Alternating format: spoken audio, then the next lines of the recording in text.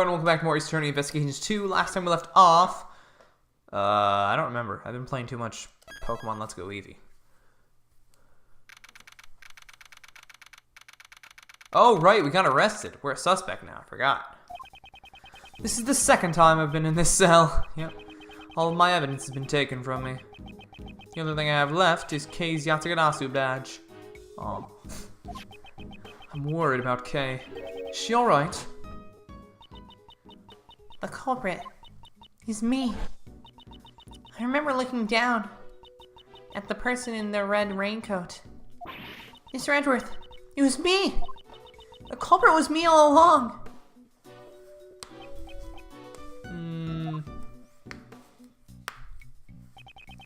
You're a visitor. Please hurry out. A visitor?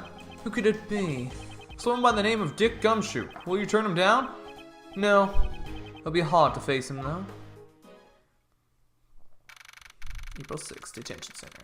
Visitor's room. Wait there. He's not going to stay and keep watch. Pardon me.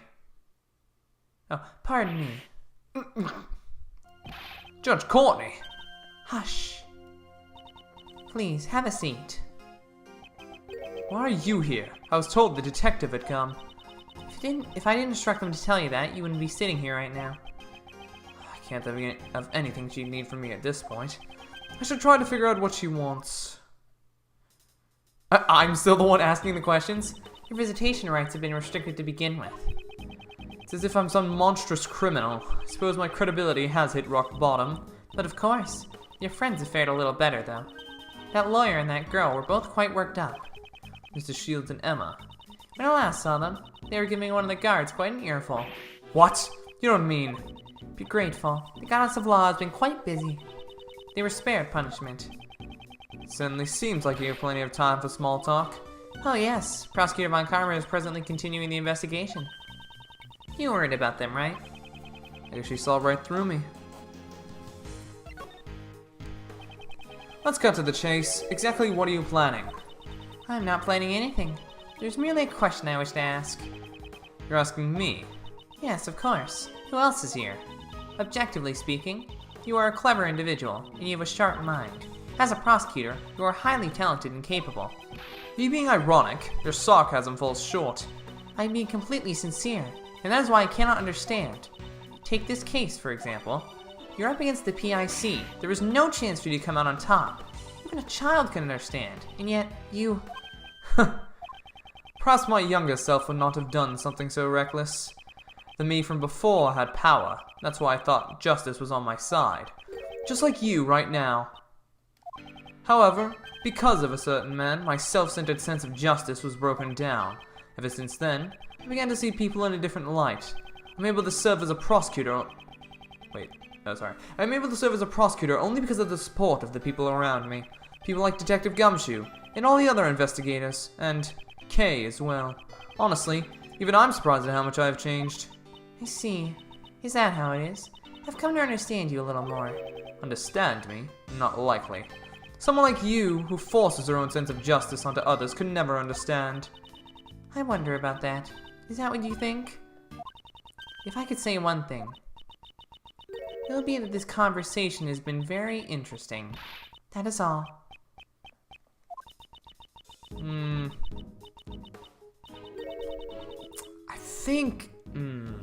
I think she's realizing that the PIC isn't correct.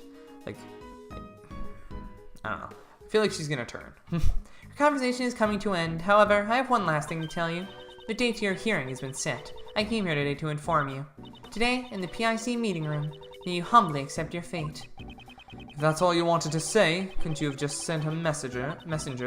The holy words of the goddess of law simply cannot be entrusted to others. With that, Mr. Edgeworth, I bid you farewell. I shall be seeing you again later.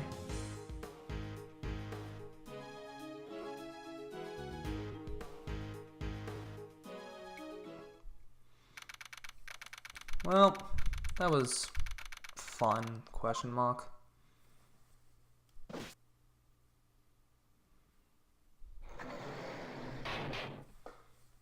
What to do? This simple bed, I don't expect it to be very comfortable to sleep on. If it were Detective Gumshoe, he would probably snore loudly while sleeping like a log. I may never get a chance to work with him again. However, this is the path I chose. I won't regret it. There's a poster on the wall next to the toilet. We are currently out of toilet paper. Please be prepared if you wish to use the toilet. What does it mean by be prepared? There's a dining menu sitting on the desk. It seems I can get food delivered if I pay for it. Let's see. Moldy white bread lunch set. Switch to moldy whole wheat bread for an extra $1. Oatmeal and grits set meal. For a limited time, get extra gruel at no additional cost. Thank goodness I'm not hungry right now. I mustn't neglect my personal appearance just because I'm in a holding cell. Prosecutor or not, this is my personal duty. My collar is slightly bent. There. A well-groomed appearance reflects a well-groomed mind. From here on, I need to focus myself more than ever. There's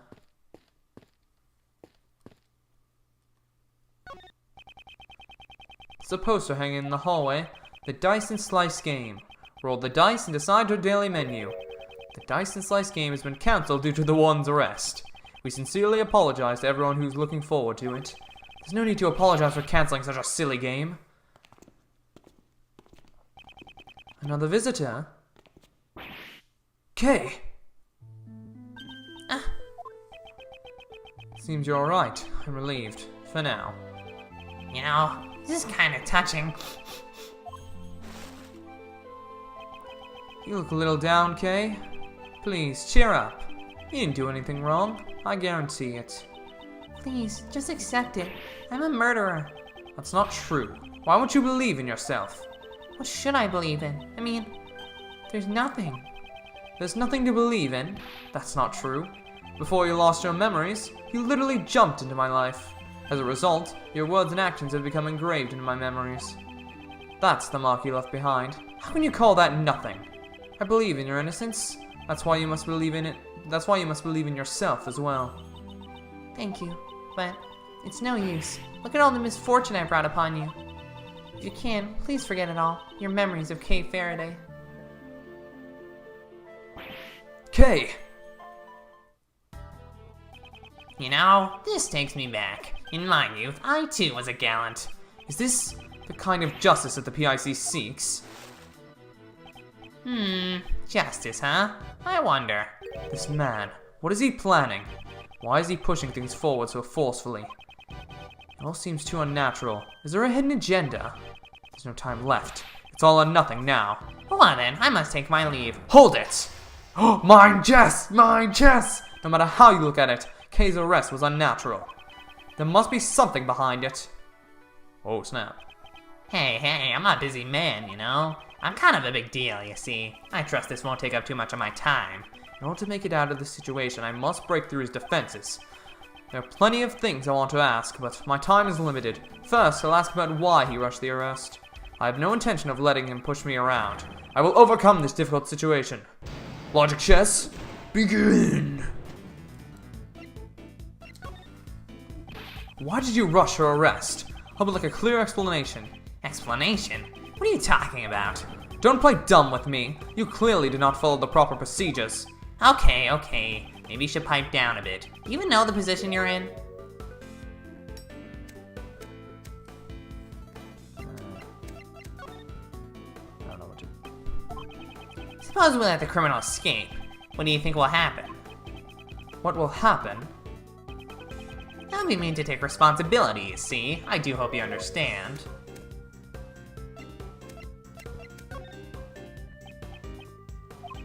Just take my advice and stay out of this, if you know what's good for you. I refuse. Kay's innocent. You know? This is so pitiful. It brings me to tears. Why won't you just give up? Things were finally going well. Oh, here we go. Things were going well, you say? That's a strange way to put it. It almost sounds as if you personally wanted Kay to be arrested. Far more than necessary. Haven't you lost your impartiality? Impartiality? I don't know. Tility? Really, Zach? Impartiality? You think so? That certainly wasn't my intention, you see. Edgeworth, my boy, you're reading too much into it. He skillfully avoided the issue. However, I still have some serious doubts about Kay's arrest. Next, I shall ask him if the investigation was sufficient. Let's go. I can't miss even the tiniest piece of information. That's the only way to break through this situation. What was that under your authority? It's hard to say that the investigation was sufficient. The arrest wasn't under your authority. My, do I really look that important? Prosecutorial Investigation Committee Chairman. It's quite a prominent title. Not that I care much for it. That was rather blunt. I'm so shocked. I could cry. I'm sorry. Flattery was never my forte. If you keep talking like that towards me, you'll never get your prosecutor's badge back, you know? Let me make this clear right now. I do not live for the sake of my badge. Status means nothing to me. Do you understand?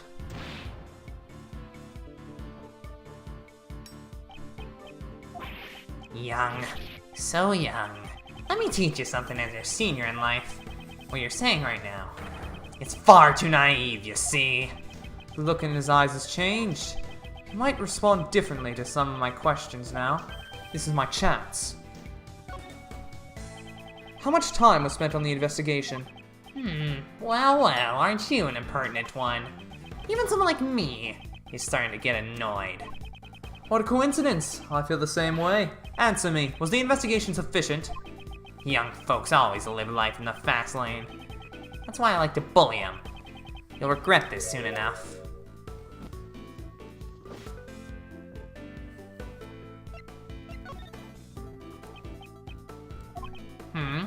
You sure are quiet. Are you scared?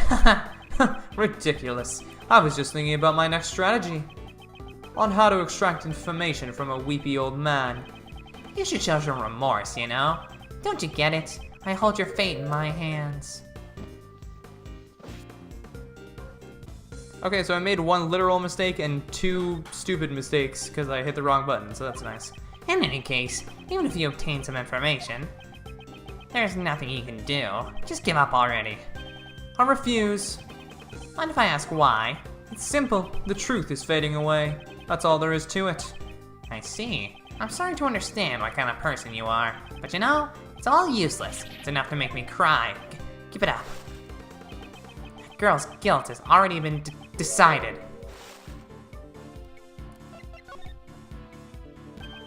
That's strange.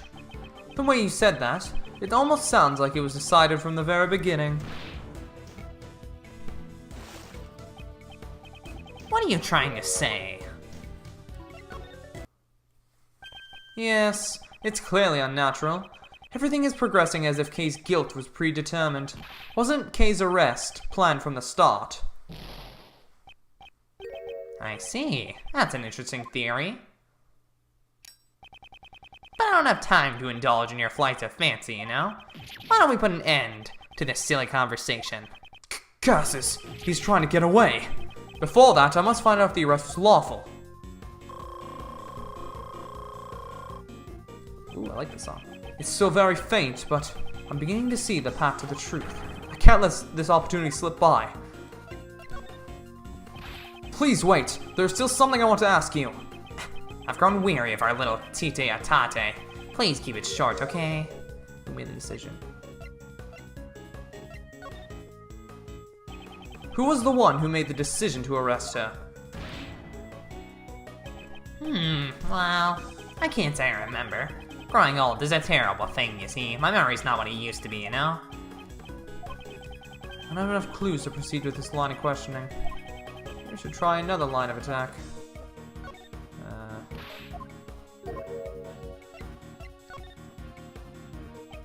If I put together what you've told me up until now, I cannot help but say that there is no basis for Kay's arrest. Yes, I understand, you see. But you know, it doesn't really matter either way. You can't overturn her arrest. How irresponsible! Do you still claim to be a man of the law? My. Those are some harsh words, you know? You know, you're starting to make me a little angry. You see, to be honest, I really can't answer all of your questions, you know? That's just the position I'm in, you see? I'm a busy man, you know? Aren't you just pretending to be busy? That's cruel, you know? This old chunk of coal has been working like a dog. Pretending. Just what do you think that would accomplish? You don't want to talk about the case.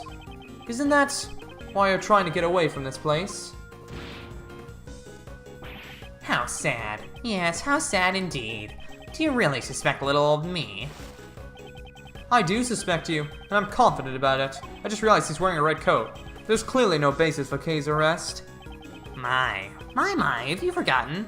Wasn't there evidence? The mask, the letter, and the corsage. All were found in the girl's possession. Not to mention, she even confessed. All this serves to prove her crime. That's... But he had a lot of memories there. Any objections? No, I don't have anything. You see, you have no response. It's true, I have no objections. Although, there is one point that bothers me. This man seems awfully familiar with the evidence. To remember everything without missing a beat. That intrigues me. This could be a useful clue. Okay, there we go. Still have more to ask you. Who made the decision?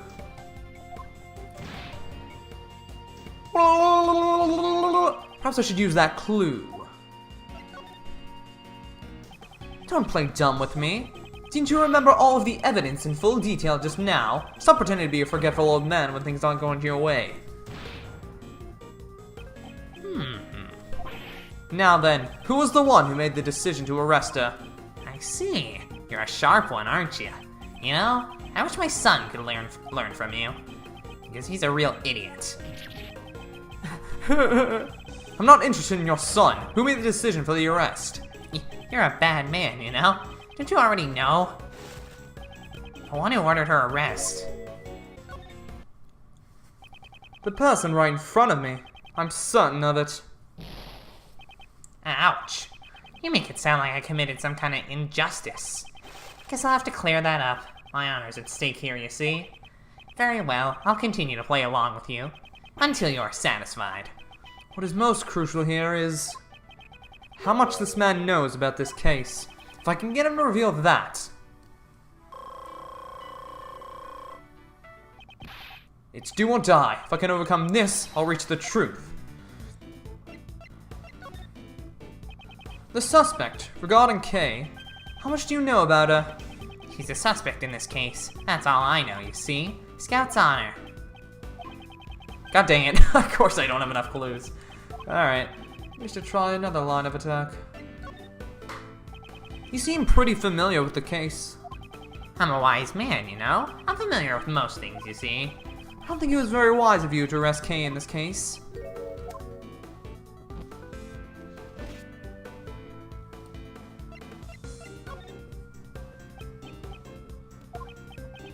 I'm a very busy man. I can end this conversation anytime I want, you know? Don't you forget about that. This would have already been over if you had simply answered my questions. If you give me a proper answer, I won't take any more of your time. I will ask you once again, why are you so familiar with this case? I read the case files, you see. Honestly, it was quite a drag, you know, but it's my job, so what can I do? Because of my position, you see, I can't just skip out on it. Well, I had some time to kill, so I read the whole thing, you see.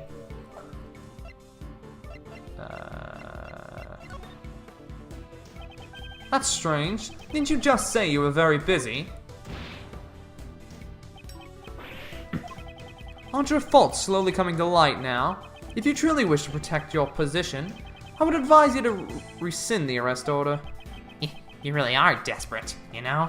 That never say die attitude. It touches my heart. But you know, it's unfortunate that all your hard work was for naught. Because we discovered her unconscious body near the crime scene, you see? This is the first I've heard of Kay's condition when she was found. She was unconscious in the storeroom. Ah, that's right. The source of that information is classified, though. This man knows things even I don't. Does he know the whole story behind this case? This could be a useful clue. Alright. Perhaps I should use that clue. Something you've said feels out of place. You know about things that the crime scene investigation never revealed. Why is that? Just how much of the truth do you know?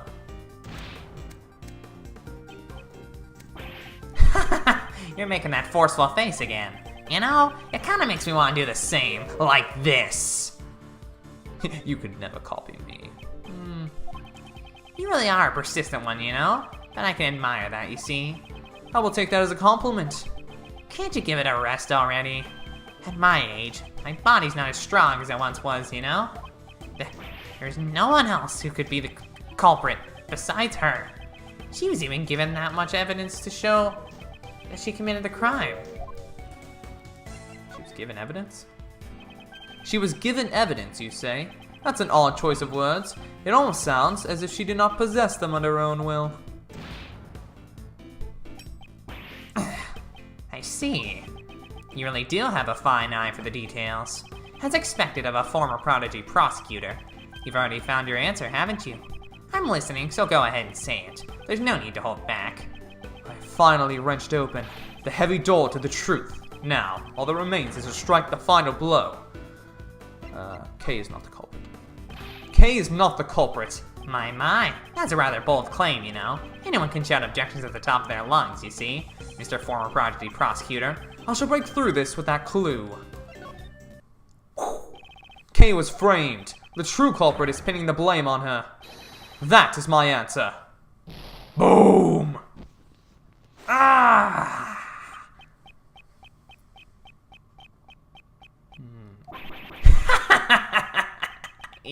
Yes. You're a clever one.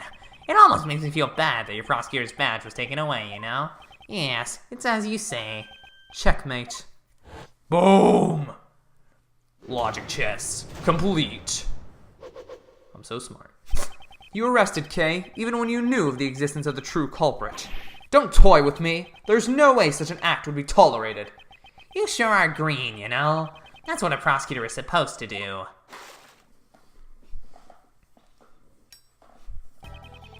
It will all work out fine if we make her guilty. Who would desire such a resolution? If I had to say, maybe the PIC, and also maybe me, you know? When I heard your words just now, I could barely hold back my tears, you know? It was just so splendid, you see? And it burns me up inside! I'm not the most perfect piece of work, you know? So I can't forgive such youthfulness. You say the truth is important, but you know... Once you know the real value the truth holds, I wonder if you can still say the same thing. What are you trying to say? When you get to where I am, you can just create your own truths, anytime you want. Cape Faraday is the culprit. That was a truth that I simply manufactured out of thin air. Good, very good. That face, that expression. You were such a desperate one, you see. And that's why I really wanted to bully you, you know. You see, even if you know the truth, there is simply nothing you can do. And that's the real value of the truth. So shocking that it's to die for, you know? Why wouldn't you pursue the true culprit? How much of the truth do you know? Do you understand now? The truth that you believe in is worthless, you see? Do you understand what I'm trying to tell you? Powerless former prosecutor. You! Ooh, scary, scary. You know, I guess the friends of a heinous criminal are also quite heinous themselves. Blaze, you! And like this, you see, one more person will disappear before me. Ah, here comes the waterworks. These tears of mine just won't stop, you know?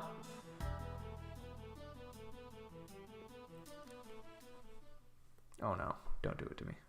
Don't do it to me. Don't you dare. Okay. Everything will be decided in today's deliberation. Kay's innocence, I will definitely prove it. Don't do it to me, game. Okay, cool. Lana, why are you here? 10 members are present. The quorum has been met. From here on out, let the council begin. Today's deliberation shall be about Miles Edgeworth's aptitude and ability as a prosecutor. Let our members discuss this matter with a clear conscience of the goddess of law. A clear conscience? Don't make me laugh. Courtney, please give us your report. On April 5th, Prosecutor Edgeworth carried out an illegal investigation and resisted arrest. He was arrested by 2 of our members who caught him in the act, myself and Blaze the Best. Prosecutor Edgeworth instructed the investigation of Attorney Geo Crane's murder. He claims that the culprit Kay Faraday was arrested without sufficient evidence. Even now, his claim remains unchanged. Tell us more about the murder incident. On April 5th, the victim's body was found here in the PIC meeting room. Regarding the details, I, Sebastian the best prosecutor, will enlighten you. The prosecutor in charge, Sebastian the Best, will explain the rest of the details. The murder happened on the night of April 4th. The victim was Jill Crane. On the same night, a black market auction was being held in this very meeting room. I guess Miss Crane was taking part in the auction. Yup. The murder occurred in the middle of the auction, did it not? When Miss Crane was found, she was dressed like the conductor of the auction. However, based on the fact that the auction continued after the murder occurred, I deduce that Miss Crane could not have been the conductor. You weren't the one who made that deduction.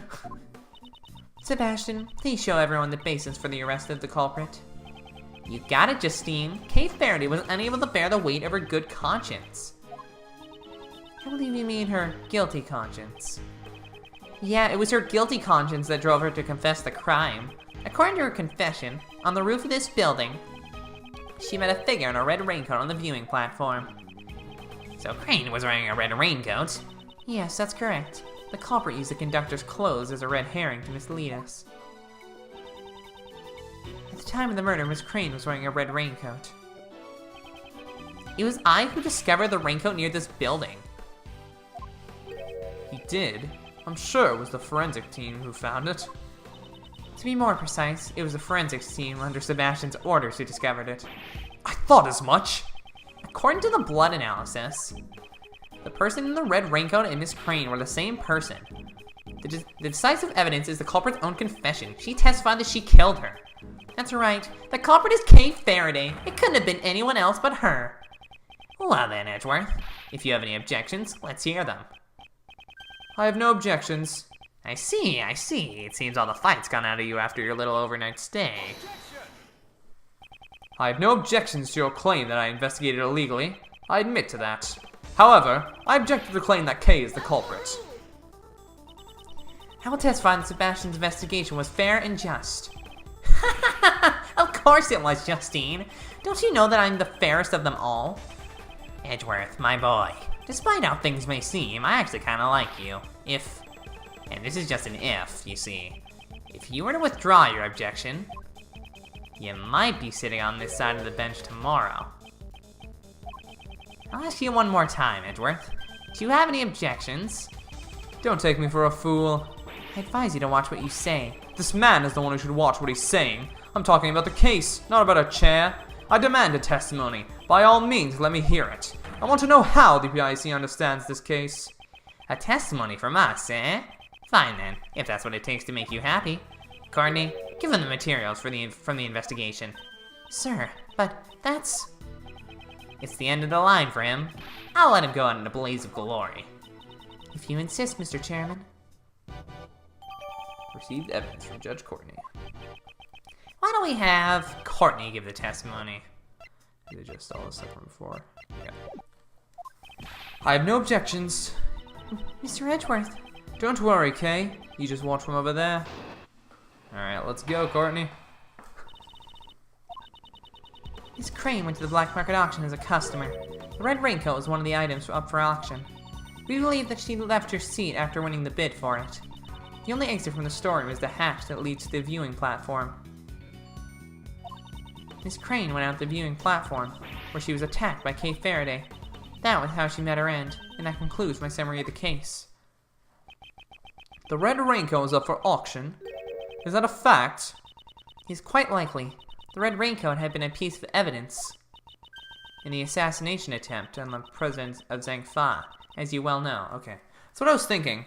I thought it was the same thing, but... Originally, it should have been stored in an appropriate place. But when I asked about it, I learned that it went missing. And it somehow made its way to the black market auction. Certainly, a natural conclusion. My, well done, Courtney. Your explanation is as clear as ever. I'm much obliged. Prosecutor Edgeworth, will you concede defeat now? Sorry, but I don't plan on it. I see. I'm relieved. Relieved? What does she mean? Come to think of it, her reason for questioning me yesterday remains a mystery. Just what is she thinking? I think she realizes she wants the truth. I think that's what she wants at the end of the day. So...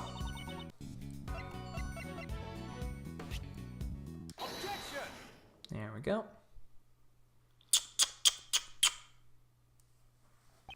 Judge Courtney, I've found it to be strange for a while now. Why is Miss Hart here with us? She's an eyewitness to this case. Isn't it only natural for her to be in attendance? Aw, shucks. I reckon I'm more of an ear witness than an eyewitness. It seems like gaining the trust of others isn't your strong point, Judge Courtney. Perhaps I simply do not wish to be as tactless as you. It appears you have failed to get the witness to tell you the most vital information. Please look at this photo. This was taken by Miss Hart. This photo seems to have been taken in the storeroom. And what of it? According to your reasoning, the incident took place on the viewing platform. However, Miss Hart encountered the incident in the storeroom. That's right, it had taken place just before this photo was taken. Wait, if that's true, then Justine's reasoning? Exactly, it does not hold up. What? Miss Hart, allow me to ask you again. You saw the person in the photo with your own eyes, correct? I sure did. I seen him plain as day with my own 2 eyes. And what did you think at the time? I figured I was about to give me a big scoop, you know?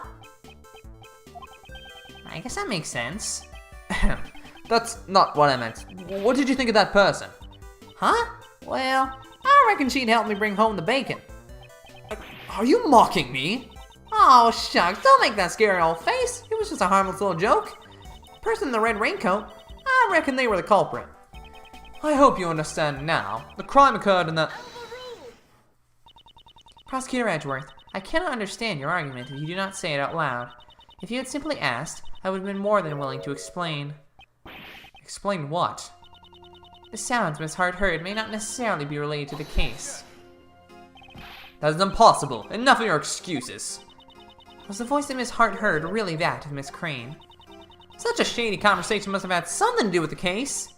What did her voice sound like? Her voice? Well, beats me. How was I supposed to know? They're both using voice changers. Yes, the voice Miss Hart heard had been altered by a device. I must therefore question whether or not they have any bearing on this case.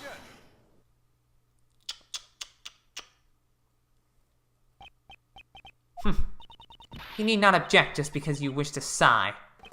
Judge Courtney, it seems I've greatly overestimated you. No, Courtney's quite amazing, you see. You claim that the sounds Miss Hart heard have no bearing on this case. Even if they do not, it doesn't change the fact that the crime took place in the storeroom.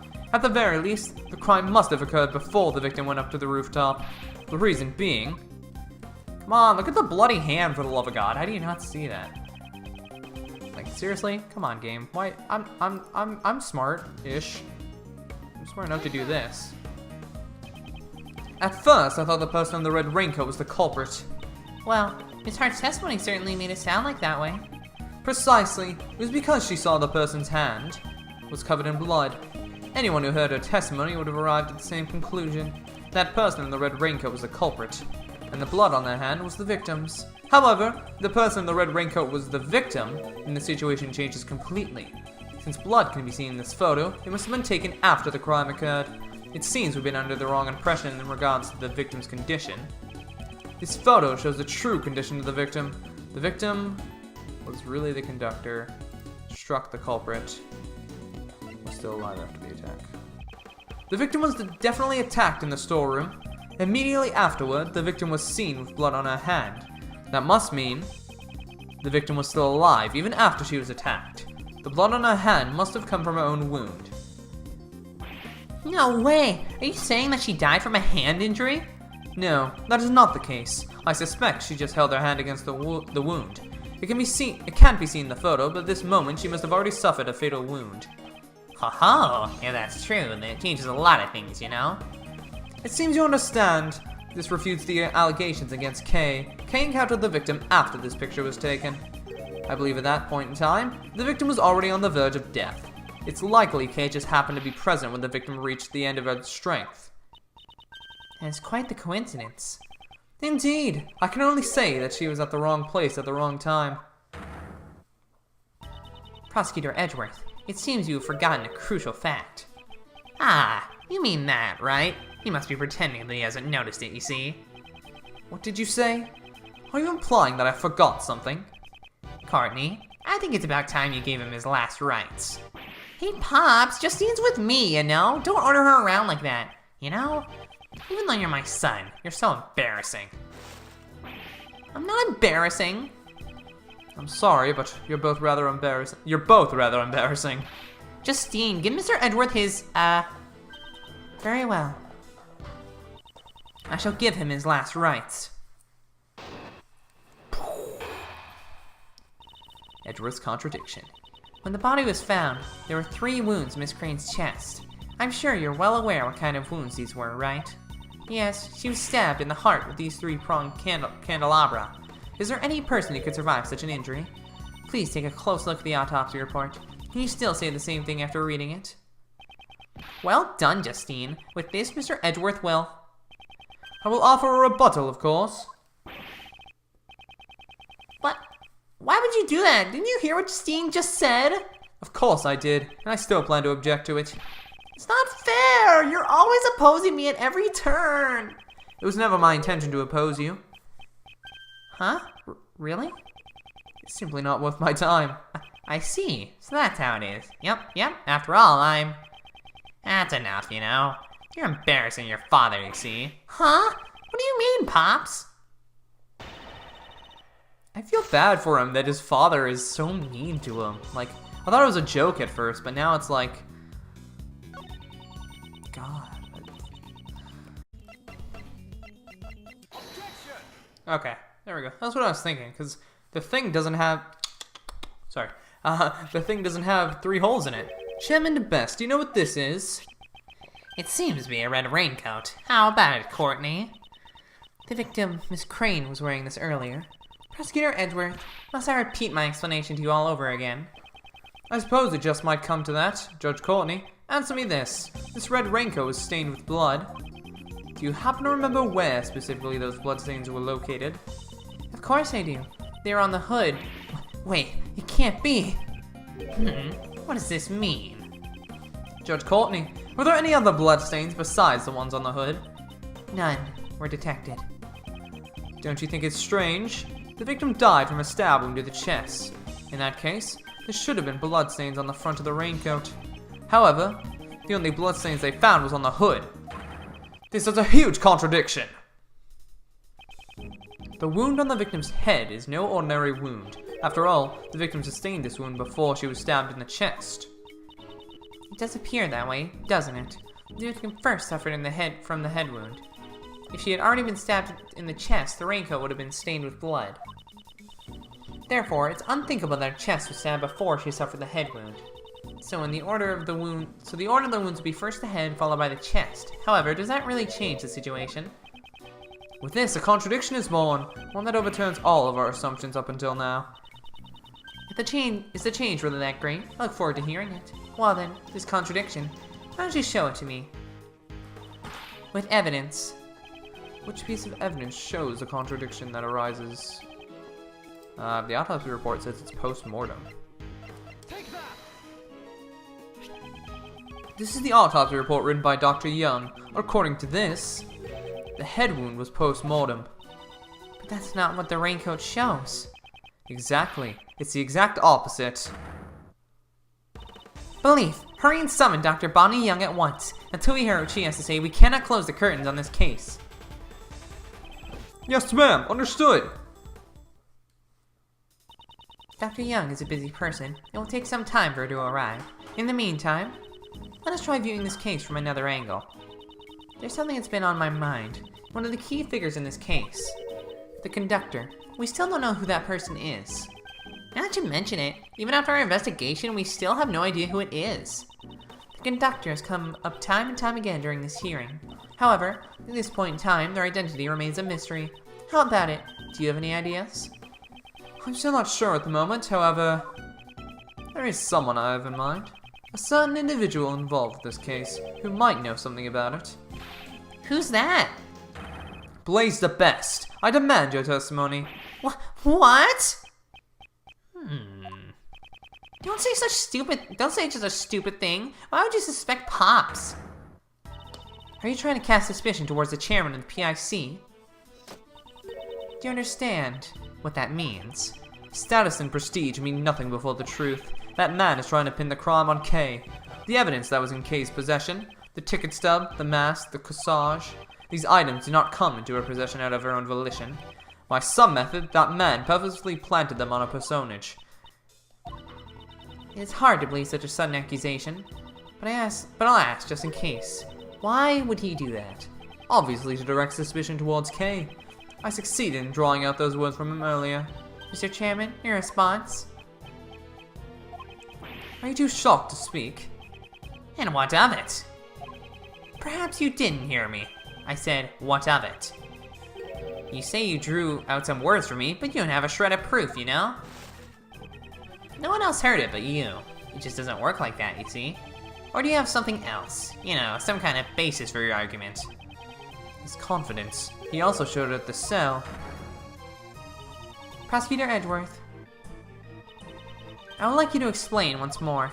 I trust we have your permission, Mr. Chairman.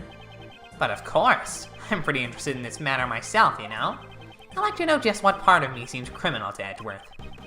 There's no one as honest as I am, you see? How can he say that with a straight face? Let's start from the top. The fact that the auction was held in this room is a cause for suspicion. This is the PIC meeting room. I imagine it would be difficult for non-members to enter. That's why all the members have key cards, you know? I think we can assume that multiple auctions have been held here before. Therefore, suspecting a member of the PIC would be the best. Yes, because the conductor had to have been a PIC member. Wait, no! What was that all about? What do I do, Pops? I just helped the enemy. Sebastian really isn't an idiot, you know? But you see, Edgeworth, I'm not the only one with access, you know? Indeed. There are 11 members in the PIC. Even if we rule out the victim, Miss Crane, there are still 10 potential suspects. It's not me! But it couldn't be the chairman, right? I don't know who it is, but whoever it is should just come forward! Yes. Everyone just calm down, you know?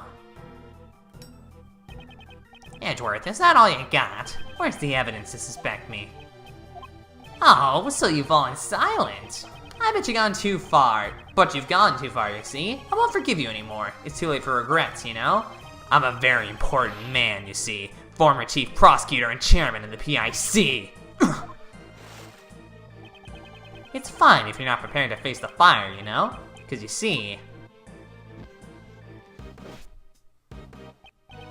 either way, it won't make any difference.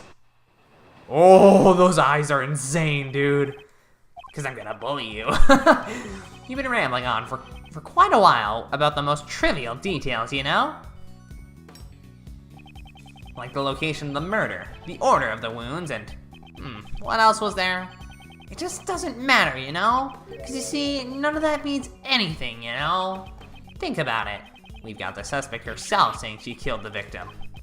That's all that matters, you see? She'll even get a lighter sentence with her confession, you know? Now then, if there are any contradictions, be my guest. How can that be considered a testimony? There must be a contradiction somewhere. That person, he's very important, isn't he? Mr. Edgeworth. It's alright. Let's just give up. Surely I must have killed her. I can even remember it. Don't be tied down by your muddled memories. If you want to believe in something,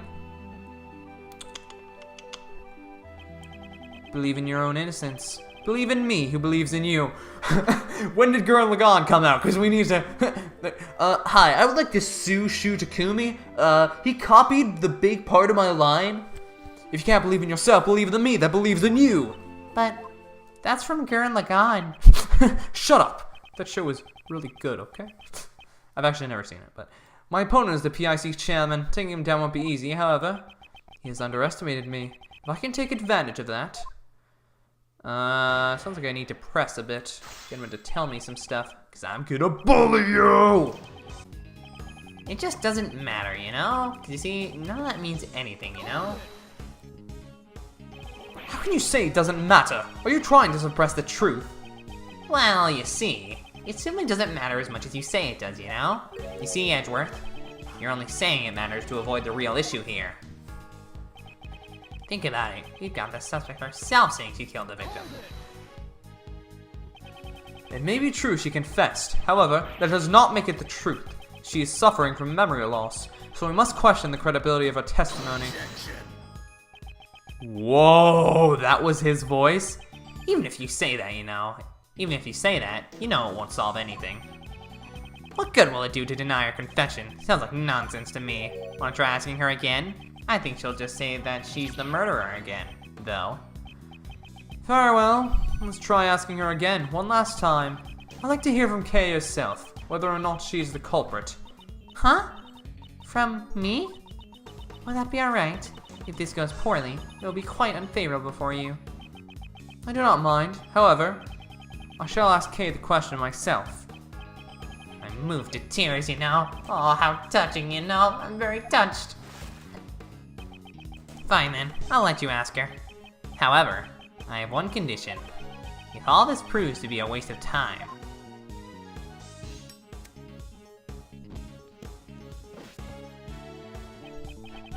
then that will be the end of it. How's that sound? The end of the hearing? Yes, it seems you can be smart once in a while, Sebastian. In other words, you see, if she confesses again, Kay Faraday will be found, beyond a shadow of a doubt, guilty. Yep, it's a fine idea. Guilty, beyond a shadow of a doubt? Yeah, that's right. That's harsh. But either way, if I do nothing, she'll be declared guilty. Kay! Yes. I know what I'm asking of you is unreasonable, but please, I want you to answer me. It doesn't matter how tiny it is. Do you remember anything? Anything that would prove your innocence? Why? Why would you go that far from me? I can't do it. I'm sorry. I'm too scared to remember, because I might have done something even worse. If that were the case, that would only make things worse for you, Mr. Edgeworth. Kay Faraday must have been a despicable criminal. Someone who betrayed your trust. Don't worry. We've only known each other for a short while, but I know you very well. I'd even say that I know you better than yourself, now that you've lost your memories. You cannot possibly be the culprit, because your true identity... Oh, of course. Sorry, that didn't click with me at first. The great thief Yatagarasu. The Yatagarasu was a noble thief who would never stoop to murder.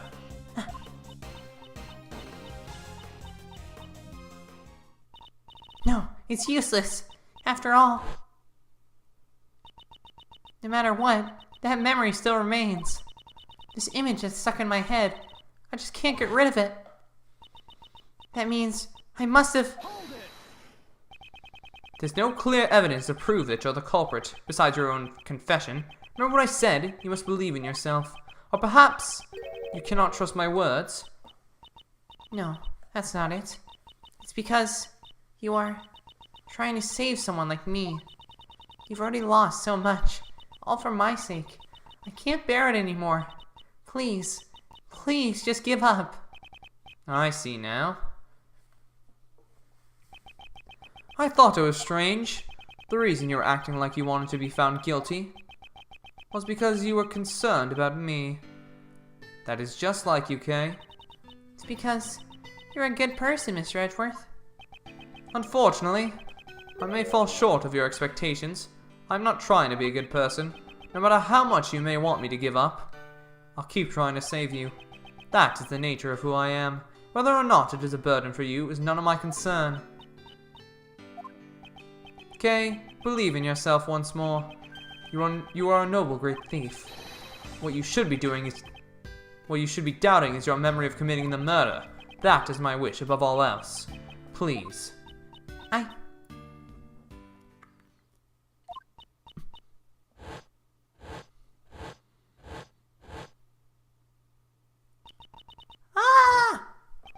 Kay! What is it? Did you remember something? If she remembers something, now, it'd be like a bad movie. Bull.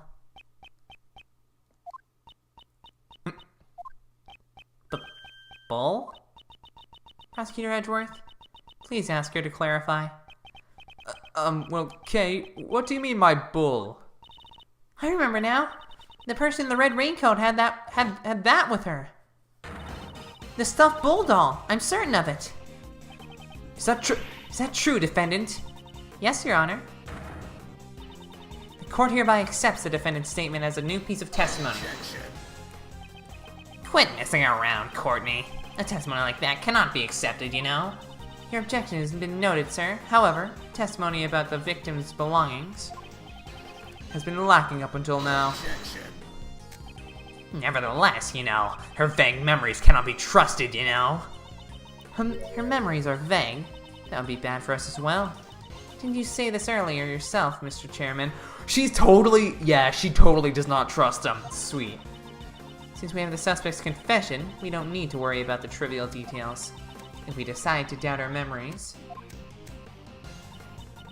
then we must also doubt her confession, which is the main foundation of our case. Are you willing to do that, sir? Ah, you're right. Well, never mind then. I shall leave it to you. Thank you very much. We did it. It was touch and go for a while there, though. However, those words of Judge Courtney just now, it almost feels as if she is on our side. Prosecutor Edgeworth, do you know anything about this stuffed animal? The stuffed animal Kay spoke of must have been this. We found it in the storeroom. It is believed to be one of the items found in the auction. Found for the... Bleh. This is... Do you know something about it, Justine? No. It's just a bit different from what I imagined. Indeed. It's certainly not what I would have expected the victim to be carrying. Let's examine every suspicious-looking nook and cranny. The right horn seems to be fine, but the entire balance feels a bit off. This horn. It looks like you can move it. What? What was that buzzing sound? It seems this toy is equipped with a recording device. And the... Uh-oh. I knew who you were right away. You can't hide that burn from me. Silence, huh? I've been waiting for my chance to get revenge all this time. Is this the moment of the murder? Who could have recording something like this? Wow. This is... There ain't no doubt about it. This here was what I heard. We cannot verify when these voices were recorded. It's also possible that they aren't related to the case at all. If only we had some video as well. That's hogwash. I'm telling you that right there was the conversation I heard. The victim was holding on to it, right? I reckon it must have been recorded when she got attacked. It certainly is a possibility. However, your testimony alone is insufficient. I require something with a little more credibility. Again, her words. It almost sounds as if she's trying to give me advice.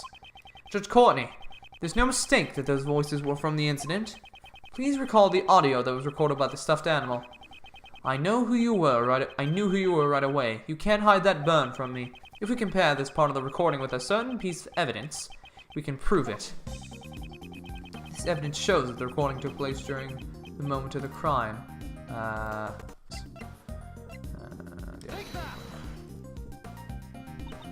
The autopsy report. And exactly what part of the autopsy report shows that? I'm not gonna save. If I get penalized for this, then just end me. Okay, good. I remember clearly what that voice said. You can't hide that burn from me. On the victim's hand, there was a burn mark. Indeed, it just happened to match up, you see, but what of it? According to Kay's testimony, the victim had been holding the stuffed animal, and it just happened to record a characteristic of the victim, namely, the burn. That's just a coincidence. I mean, it could happen, right? I do not think so. It is hard to believe that all of this is simply a coincidence. The voices on the stuffed animal were most likely recorded during the incident. One of these voices must belong to the true culprit. From what we've heard, it must have been the one who's doing most of the talking. What's the point? In the end, we still can't tell their gender or identity, you know? Indeed, because they had been using voice changes, it can't be helped. It seems the situation has become quite clear. The conversation Miss Hart overheard was between the culprit and Miss Crane. That's what I've been telling you from the start. From this, we will understand a new fact. Please enlighten us then. I trust you have no objections, Mr. Chairman. Do what you want. According to Miss Hart's testimony, just before the incident, 2 people came up in the auction hall using the lift. It must have been the conductor and one of the auction guests. They probably went there to settle the payment after winning a bid. And then, it was there that the crime was carried out. Since the auction continued after the crime took place, we are led to a single truth. This is a new fact we've arrived at. The culprit is a conductor. The culprit is Joe Crane. The victim was a conductor. The culprit is a conductor. Come on. Since the conductor was the only one who could keep the auction going, we can conclude that the deceased victim could not have been the conductor. Justine? Please be quiet here, okay? If the conductor was not the victim, then they must have been the culprit. Please wait. That alone is insufficient. Of course, even I do not intend to rely only upon the process of elimination. Certain traces left at the crime scene led me to believe that the culprit is the conductor. Well then, please show it to us. What were the traces left at the crime scene that led me to deduce the culprit is the conductor? Oh, there we go, okay. The culprit purposely left a large amount of blood in the meeting room. In doing so, we were led to believe the meeting room had been the scene of the crime. It was a ruse by the true culprit to hide the blood that had fallen from the storeroom.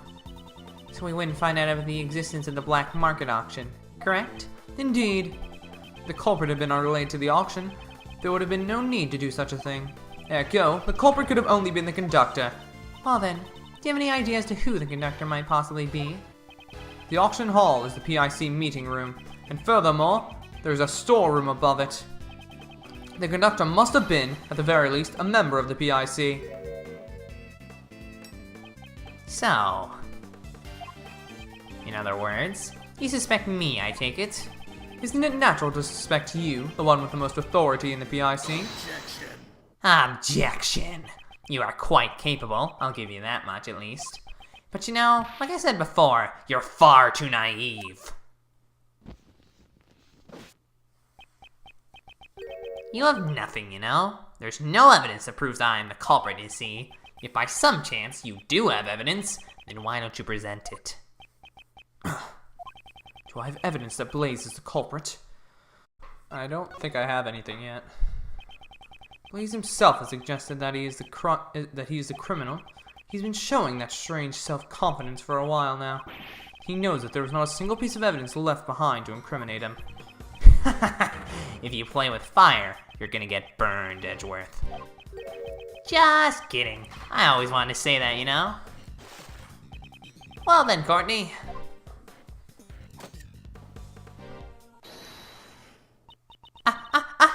I reckon I just remember something too. What? You also lost your memories? Nah, that ain't it. Something just popped in my head right now. Very well. Please tell us. Courtney, could you tell me what you are doing? Prosecutor Edgeworth will not give up until we have destroyed every last possibility. I'm destroying every possibility, so that he will never oppose us again. Justine? I don't really know what's going on, but well said. Pops, I'm gonna help too. After all, he's the one who's wrong. Fine then, let's hear what he has to say. God, he's so salty, I love it. Not quite as salty as Gavin, but... No! Those filthy humans cannot judge me! What are you talking about? I loved it so much. That was the best part of the game. That and, looking for people's weaknesses, being like, you're twitching. Well then, Miss Hart, please proceed. Sure thing. Just leave it to me. Please make sure you only tell the truth. Ain't that a matter of course? I'm a bona fide journalist of justice, you know? Somehow I feel uneasy. Y'all saying the culprit was a conductor, right? That means the victim was a customer. Now, here's where it gets a mite strange. You see, there were 11 people at the auction. When the auction continued after the incident, I went straight on over and stuck a peek down below. You don't mean... That's exactly what I mean. All 11 people were still there. Present and accounted for. What? Are you sure about that? Sure. I saw it with my own 2 eyes. So it started with 11 people, and there were still 11 people after the murder. Was it a ghost? You know, Sebastian, normally a prosecutor would call that a contradiction, you know? Were there really no changes in the auction at all? Really? I'm telling you. The auction just went on like normal. But there was one itty-bitty thing though. What was it? You know those hammers you always see at an auction? Like the one that lady is using over there? An auction gavel, perhaps. Yep, that's the one. Stock footage of this game. All of a sudden, I couldn't hear the sound no more. It'd been banging away just prior to it. Sound of the gavel? Does that have anything to do with the case? Okay. If Miss Hart's testimony is the truth, then this matter is taking a grave turn. If the victim was neither the conductor nor a customer, the very foundation of Prosecutor Edgeworth's reasoning would collapse. Ugh. Justine prevails, as they say. I hope you've learned your lesson, Mr. Edgeworth. Mr. Edgeworth, there really is nothing we can do. It's not over yet. Some mysteries still remain. I have to think. If I don't, then Kay will be... Did you get the answer you wanted this time? Well then, a deal's a deal. Please wait, Mr. Chairman. I believe it is still too early to make a judgment. There are still a few mysteries left in this case. Until we have solved them all, we cannot call this a complete victory. Isn't that right, Prosecutor Edgeworth? I was expecting you to shout, "Hold it," like you always do. Yes, of course. Once again, Judge Courtney has come to my aid. Well, what is it? What sort of mysteries are left? Well, of course. There's the contradiction in the autopsy report. That kind of thing. I brought her in. What's wrong? Why are we suddenly called here? Did somebody suddenly get sick? I'll begin preparing a compress and Ow! What'd you call me here for? Did something happen? Dr. Young, Miss Jensen, you have my gratitude for taking the trouble to come here. This won't take long, so please relax. Tell me what in blazes is going on. Of course. We called you here because something came up. Judge Courtney, just what are you planning? Bonnie Young, under the divine rule of law, please answer truthfully. There were no mistakes in your autopsy report, correct? Granny would never make a mistake. That's certainly strange. Huh? What's strange? This court has found an error in Dr. Young's autopsy report. Dr. Young, please tell the truth. Did you falsify the autopsy report? That's terrible! How can you accuse her of that? I have no idea what you're talking about. Why would I do such a thing in the first place? To protect the true culprit, of course. What you talking about? I would never do such a thing. How strange. In that case, why would there be an error in the autopsy report, I wonder? Prosecutor Edgeworth? What do you think? Oh, I expected you to press into her statement like you normally do. Why is she taking control of the situation and trying to help me? I don't know what a goal is, but I must play along. If the autopsy report you gave to Sebastian had been authentic, then the error should not have been there. What? Wait a minute, I didn't do anything! That is what we'll figure out from this point on. Firstly, Dr. Young, I'd like to hear your testimony. What do you want? Why do you want to hear her testimony? It would be pointless. I will be the one who decides whether or not it is pointless, not you. There are patients waiting for us. But Granny, ouch! Anyways, we don't have time for this. Is there any way I could convince you? This is of the utmost importance.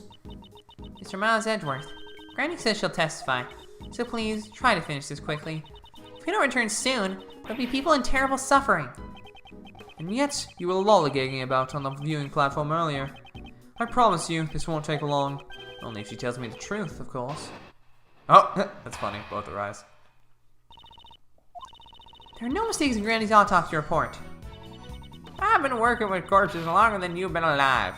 There's no way I'd make a mistake in writing the autopsy report. Ouch! I got nothing to gain from falsifying the autopsy report. This is what she says. See? Nothing strange at all. Yes, that's right, you know. There's no way she would falsify it, you see. In the name of the goddess of law, do you swear that this testimony is the truth? Of course! Granny would never tell a lie. We were asking Dr. Young. We do not need to hear from a third party. I'm not a third party, I'm on Granny's side. If you raise an objection to my testimony, you best prepare yourself, you ex-prosecutor. We'll definitely expose the contradiction in the autopsy report. Rebuttal. Nice, alright.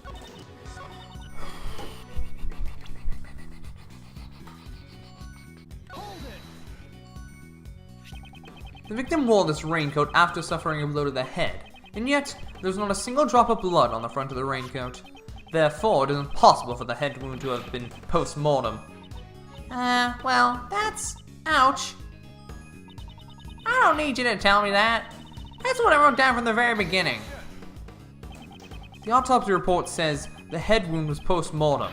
That's completely different.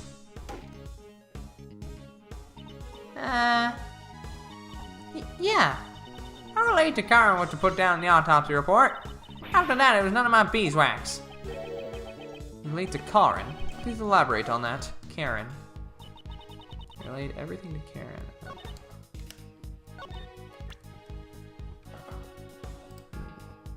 But it says... that's not true. Oh, or... Oh! Oh, that was weird. The music didn't cut out. Dr. Young, please confirm what this autopsy report says with your own eyes. I'll read it out for you. Ouch!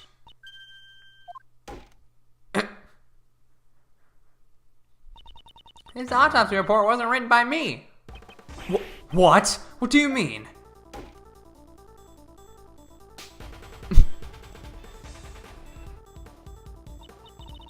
I don't know.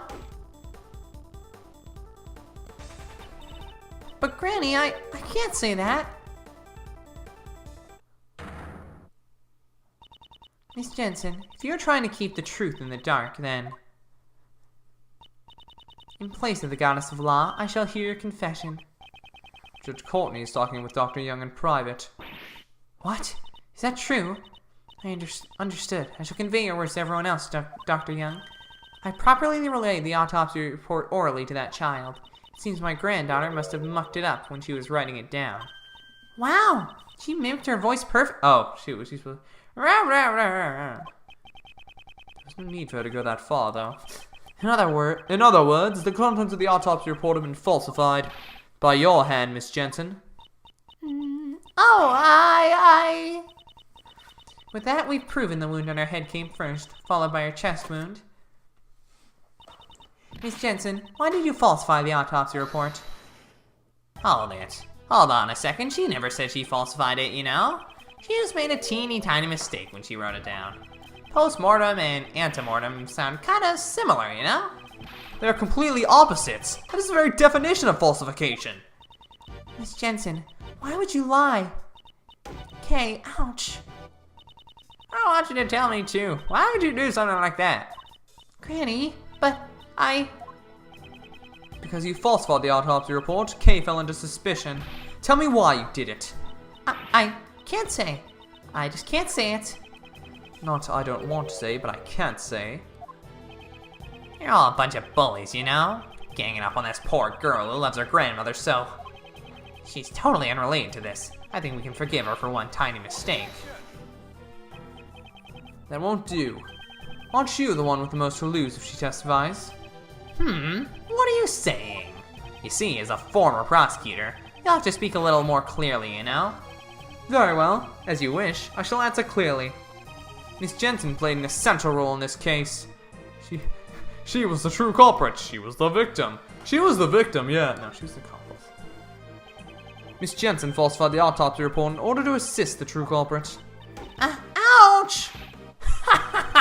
This girl is an accomplice. What's your basis for that claim? It was impossible for a single person to commit this crime in the first place. The crime could not have been committed without at least 2 people, namely because the victim couldn't have been moved. The number of people wouldn't match. If the conductor was the culprit and one of the auction guests was the victim, it would contradict the witness's testimony that there were 11 people after the incident. What now? You got a problem with my testimony? Not at all. Rather, it is because I believe your testimony. That's why an accomplice must exist. So, you still won't admit that your reasoning is wrong? Up until now, we had not even considered the possibility of an accomplice. However, if there had been an accomplice, it changes the entire story completely.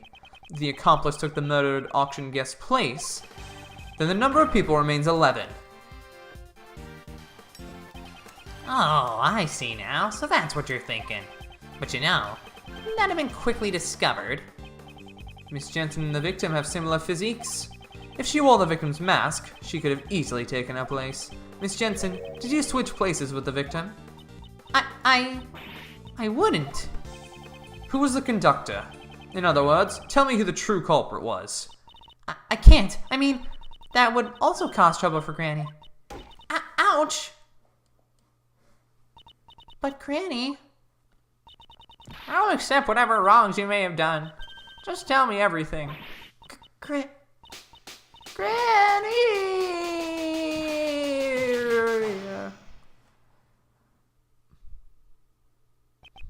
As I thought, it appears you really were the accomplice. Miss Jensen, why? Miss Jensen. Would you please tell us? Sorry, I was trying to think of the pun there. Karen Jensen? I don't know. Yes. Yes, it's okay, Granny. I'm fine now. I switched places with the victim, Miss Crane. So you admit to being the conductor's accomplice? Yes. I helped out the conductor. I don't really know why, but for some reason, the conductor was expecting to be attacked by Miss Crane. The conductor expected an attack from the victim. They were sure it was going to happen, that they came up with a plan to counter it. They were so sure. Sorry.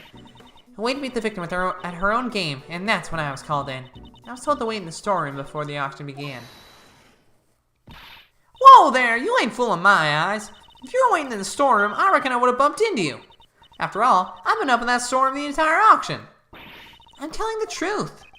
I wonder about that, you know? Can we really believe a girl who would falsify a report? There should have been many places to hide in that storeroom.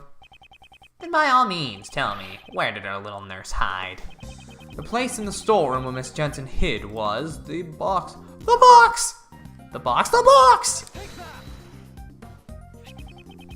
She hid inside this costume trunk. Costume trunk, eh?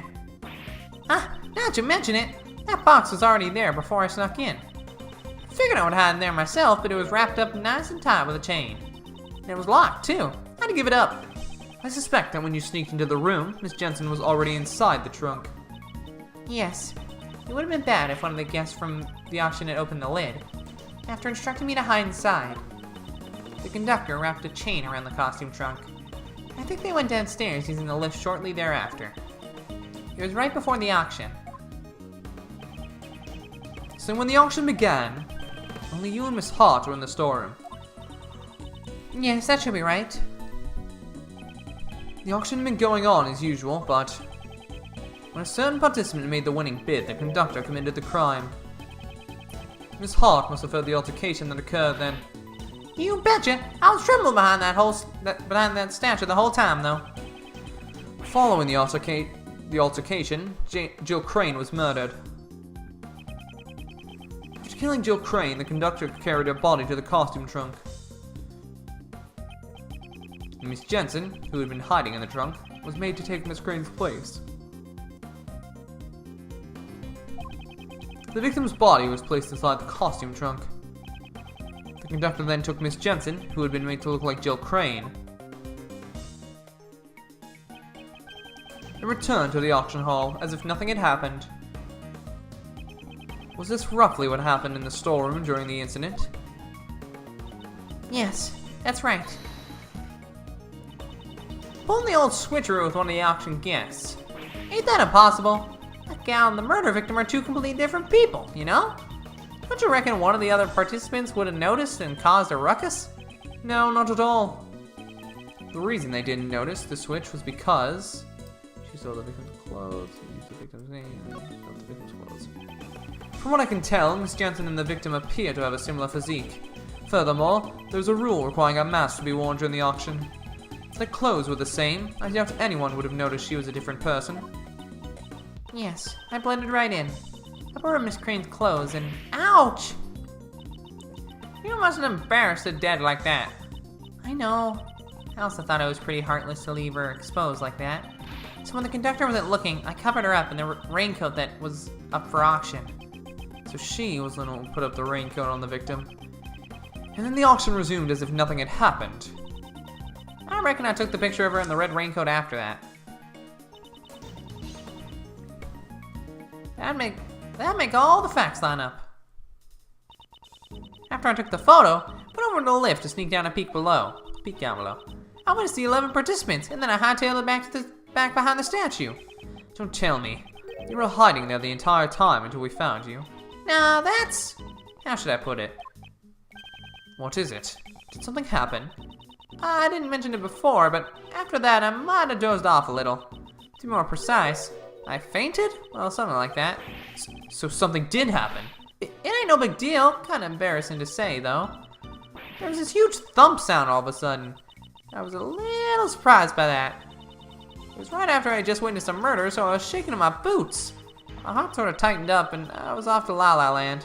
When I woke up, it was already the next day, around the time y'all came by the storeroom. I see, so there was a large sound. Miss Hart, I take it you do not know what transpired in the storeroom beyond this point. I guess. But after the auction, all the masks were properly returned. So I reckon the participants had exited through the storeroom, just like I done said. Miss Jensen, what were your actions after the auction resumed? I took the victim's place and participated in the auction. The conductor instructed me to win the bid for the costume trunk, because the body was inside it. It would have been bad if another auction guest won the bid for it. You didn't realize the box was empty? No, we only found out when I came up to the storeroom to pay the bill. The conductor was with me and told me to go search for her immediately. And then I found another girl collapsed in front of the ladder. Okay. Yes, she probably fell down from the roof and lost consciousness. Maybe the victim left the hatch open while she went up to the rooftop? Understand now. Kay was surprised at seeing the collapsed victim and did not notice the open hatch. She must have missed her footing and fell down into the storeroom. Miss Hart, I've determined the sound that made you faint. It was likely the sound of Kay falling onto the storeroom floor. That might have been it, though I reckon it'd be kind of pathetic to faint over something like that. When Miss Jensen found the unconscious Kay, Miss Hart was also unconscious behind the statue. The situation is becoming clearer to me, Miss Jensen. Please continue your story. After I found Kay and the victim, I put them both in the trunk. If the customer at the auctions found out, there would have been a huge commotion. Was this an order from the conductor as well? Yes, it was. But since I secretly decided to put the raincoat on Miss Crane, I had to dispose of the raincoat without the conductor noticing. So the conductor didn't anticipate the raincoat becoming another piece of evidence. And finally, we dressed Miss Crane in a spare conductor's outfit. I see. In doing so, you made the victim appear as if she was a conductor. In the end, the auction ended without anyone noticing. Miss Jensen, your crimes have become clear. If you know anything else, please hold nothing back. I want to help you more, but that is all I know. If I had to say, there's just one thing that bothers me. When I took Miss Crane's place, I borrowed her clothes. But there was no way for me to borrow her hair. Ouch! What kind of coroner's assistant goes around stealing a corpse's hair? I think that robbing the deceased of their clothes would be questionable enough. Both the color and the length of our hair is different, so I was worried about how to disguise it. However, the conductor even had a wig prepared for me. In fact, he had two of them. Inside the costume trunk, there's both a straight wig and a wavy wig. 2 wigs? Why were there 2? I don't know. Who knows? Maybe as a precaution in case the victim had changed her hairstyle? I ended up using the straight wig to match Miss Crane's hair. So that means the wavy wig was left unused. Is that really all you know? Yes. Yep, that's really all I know. So that means you don't know who the conductor is? I'm sorry. I only knew that person as the auction conductor. I never saw that person without a mask on. The conductor seemed to be on guard towards everybody. At this rate. Edgeworth, is that all you've got? Even if that little nurse is an accomplice, it changes absolutely nothing, you know? In the end, the true culprit is still Kay Faraday. All you did was add another criminal, you know? The rule of law cannot be overturned. At least, not for your sake. Is this as far as I go? Am I unable to save Kay? Von Karma! Yes! Do do do do do ba ba ba ba.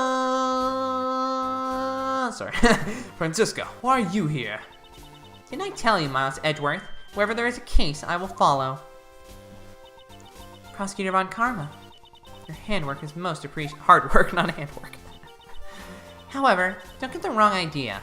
I only came here to find out the truth behind what happened to Kay Faraday. I don't plan on forgiving you for abandoning the prosecutor's path. I understand. You should thank your former subordinate. He gave me some valuable information which may save Kay Faraday. Detective Gumshoe did. Listen well, Miles Edgeworth. This will be the final piece of evidence. Jill Crane suffered the wound on her head first. Well, someone say something. Well, I hate to say it, but we already proved that. Already proved? Yes. Well, just a few minutes ago. Ah! You should have told me sooner. You're the one who barged in here and started talking. Well, then, does that mean you've found out what the murder weapon was already? No, not yet. Huh. Is that so? In that case, listen well. The victim was struck on the head with a blunt cylindrical object. The wound on her chest was suffered post-mortem. A cylindrical murder weapon. You know, this report of yours, I trust it's accurate, of course. These are the results of 2 independent autopsies carried out by 2 respected doctors. That's reassuring, but it's too bad. You have no right to investigate this case. Interpol is after the black market auctions, and I'm the prosecutor in charge of the investigation. The victim participated in the auction. Therefore, it is only natural for me to investigate. Especially now that she's been murdered. I see, I see. Clever girl, little Von Karma. It has been settled. The victim died from a blunt force trauma to the head. Alright. Unfortunately, the murder weapon is yet to be found. Just knowing the shape of the murder weapon gives me an idea to what it might be. Hey, in my investigation we didn't find any other murder weapons, you know? If you consider the conductor's possessions in the crime scene, the answer should be clear. The blunt cylindrical object used in the auction hall was Judge Courtney's gavel. No, an auction gavel. It was something the conductor had in their hands during the auction. Namely, an auction gavel. An auction gavel? We didn't find anything like that. If the culprit is the conductor, it is possible that the gavel may be the murder weapon. However, that alone is not reason enough. Wouldn't you agree? Oh, what is wrong with me? Stop yawning. Of course, I have proof to back it up. This piece of evidence proves that the murder weapon is the auction gavel.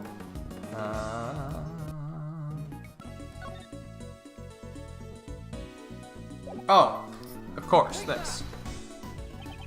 According to Miss Hart's testimony, after the victim had been murdered, it seemed she suddenly stopped hearing the sound of the gavel during the auction. However, she had been able to hear it up until then. Why was that, you ask? It was because it had been used as the murder weapon and was covered in the victim's blood. It became necessary to dispose of it. Isn't that right? Blaze the best. I'll have a search for the murder weapon performed immediately.